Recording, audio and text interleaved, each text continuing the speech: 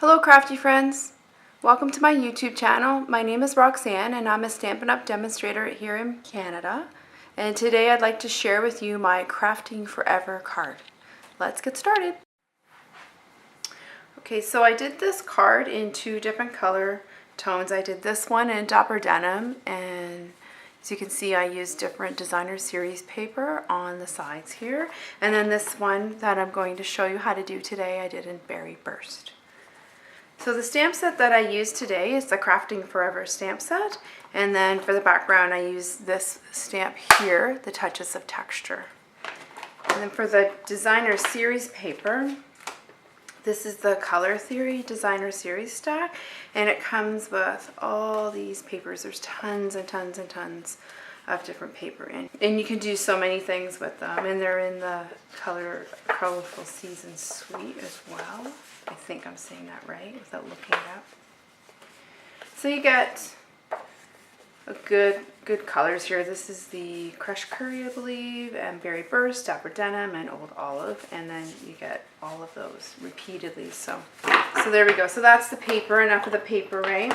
And then what I did when I cut the oval out is I used these Stitch Shapes framelets. So the Stitch Shape framelets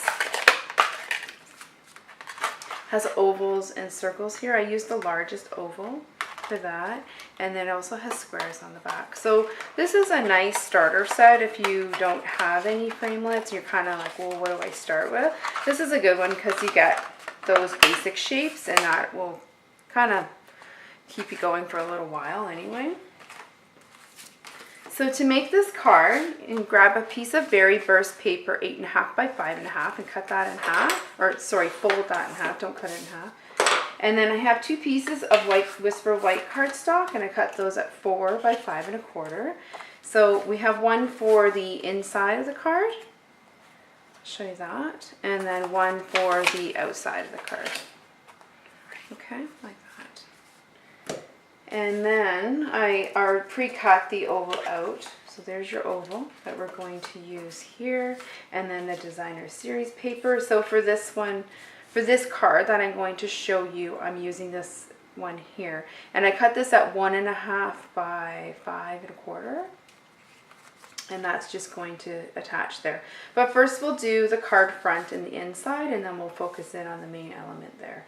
So what I did was I got the Berry Burst ink pad and then the Touches of Texture stamp pad, and I stamped that on here, and then I did stamp it off a little bit because I found it a little vibrant, and then I just kind of splashed it around 3 times. I didn't re-ink it, so ink it up, stamp it off. Now this one I'm going to stamp off a couple of times because I just want a small accent at the bottom of the card for the inside, so it just looks like it's a little bit splashed. And the only other part of the card you'll need the Berry Burst is if you grab a sponge. You could do this part now too. Grab your oval and get your sponge out, and then I just put a little bit of sponging around the white oval just to pop it up off the page a little bit. Okay, so that's it for the ink for the Berry Burst. The next ink I used was Basic Black, and I used that for the greeting. Do something creative every day. Okay, so that's the inside of the card, outside. And so ink that up, and then I'm just putting that right at the bottom. So press that down for a minute. There you go. Do something creative every day. And then again, I'm using the black ink for the oval and for the, for the oval. Sorry, my head just got in there. So I just tap that up really good, ink it up really good. And then we're going to put that paintbrush image right down the middle there. Just give that a good press to make sure you got a good inking going on. So that one came out really well. I'm very happy with that. Okay, so we're pretty much done with the inking part. I'm going to put this one aside and let it dry just a little bit. We use the Basic Black ink because I'm going to show you our watercolor pencils. So I just want that to dry off just a little bit more. So I'll put that to the side, and we'll put the rest of the card together. So here we go. So this is the front of the card, and there's our designer series paper. and then just flip that over. You could use this side. I don't find that, I did try it, but it doesn't really give you that much of a contrast, but I really like this one here. And I do like how the paper kind of graduates from light to dark. So just put that, but you know, you might want to do it straight, not quite like that. So that's why I don't really ever press it down. So maybe I'll use my hand there for the edge. Okay, so that gives it a little bit of a better. So now I can press it down like that. I'm going to attach that to the front. And again, I'm just using my tape runner. This card goes together fairly quickly minus the coloring part. I did this for a card swap. I went to an event. We have an Ontario event here called Stampin', and it's usually twice a year. Jen, my upline, hosts it, and it's her and Sophie, and I'm sorry, I forget the other lady's name, but it's a lot of fun, and we learn new things. So I did a card swap, and this was my card swap that I did, and I tried to do something of my own design, so hopefully they liked it. So anyways, now I'm just featuring that card design. So the card's pretty much put together. We're going to color this and then place this on top. And then I just added one little tiny rhinestone here at the bottom, just because I like a little bit of bling. Now, if you wanted to, you could add more than one for sure. So that's the basic card. So I'll show you how I did the coloring there. So just give me a second, I'll get my pencil crayons. Okay, so we're going to do a little bit of coloring here. So this is the part that's a little bit time consuming. So these are our watercolor pencils that we sell, and we did sell them before and I never really got them, but this time I thought I have to get them because I really do like watercoloring. And so since the last time they had them to now. What I like about this package is they have a good variety of colors, so you can get the pack and you can start with this pack and then you can pretty much color just about anything. So for today we're going to use the early espresso, and we're going to use that on the pot here. So I'll kind of put this one beside, hopefully you can see it a little bit there in the camera. So we'll do the early espresso here with the pot. So I'm just going to take them all out of the box. I find it easier when you look at them, you can see on the edge that they have all the nice colors at the edge. So it makes it easy to find. So what I like to do is just do a bit of dark here. So where the darker lines are on the stamp, it can give you a bit of a guide where you can color in a little bit harder with your pencils. And then what I do is I get my blender pen or my aqua painter and I kind of draw out those colors. So you'll see what I'm going to do in a minute. So I'll show you a little bit with the blender pen, because you can use both the blender pen or the aqua painter. This one gives it a little bit of a softer look, more of a colored in look. So I'm just trying to draw it out a little bit, and I'm just doing that just to bring it out a little bit, to give it a bit of color. Turn it a bit. Okay, so, and I'm trying to kind of do a little bit roundy thing here going on. And then at the bottom, I like to give it a little bit of color too. I'm going to add in a bit more color here. It's easier if you do all the color and then do the watering part after, or the blender pen. So if you're, as you can see with the blender pen, if you press too hard or you rub it too much, the Whisper white paper does kind of come off a bit. These work really, really great with a watercolor paper, but I wanted to try and keep it fairly simple as well. Okay, so then I went ahead and I did in here, here's the little knife here, so I did that in gray.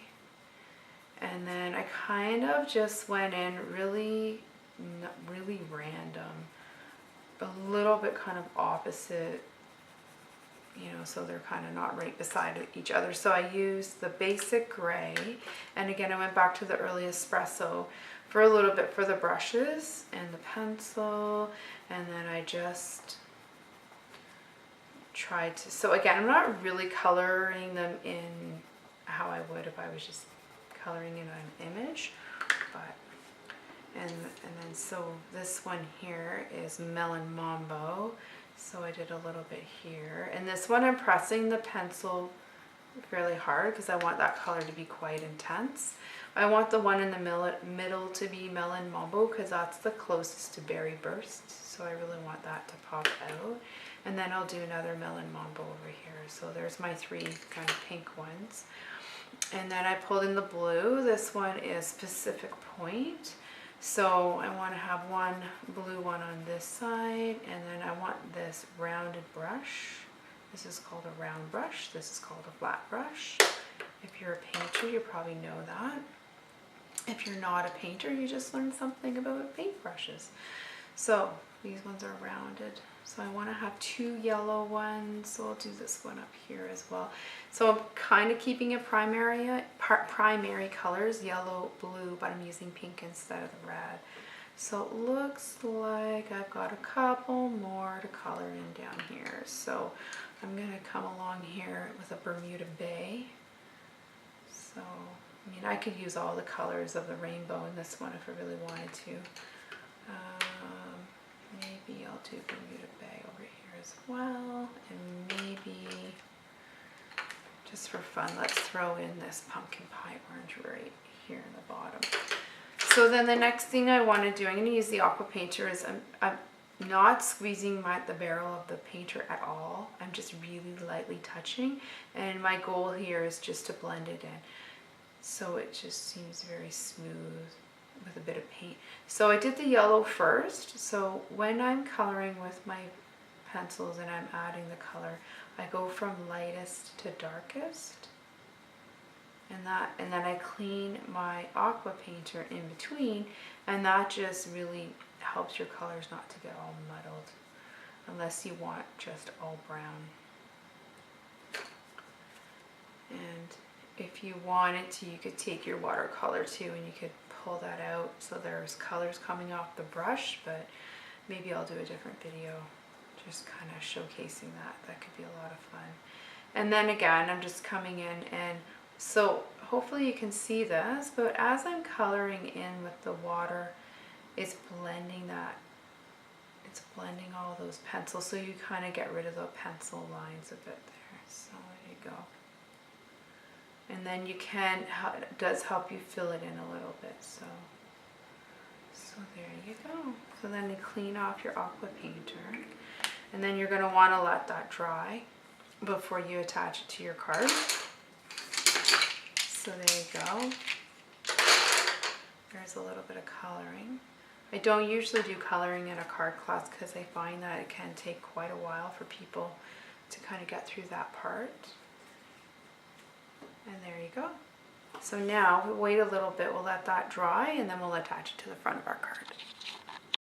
Okay, so we're going to put the rest of the card together. So what I did is I went ahead and I put the dimensionals on the back, and I am using the little bits from around the edge. So if you've seen some of my other videos, you've seen me cut these little parts off.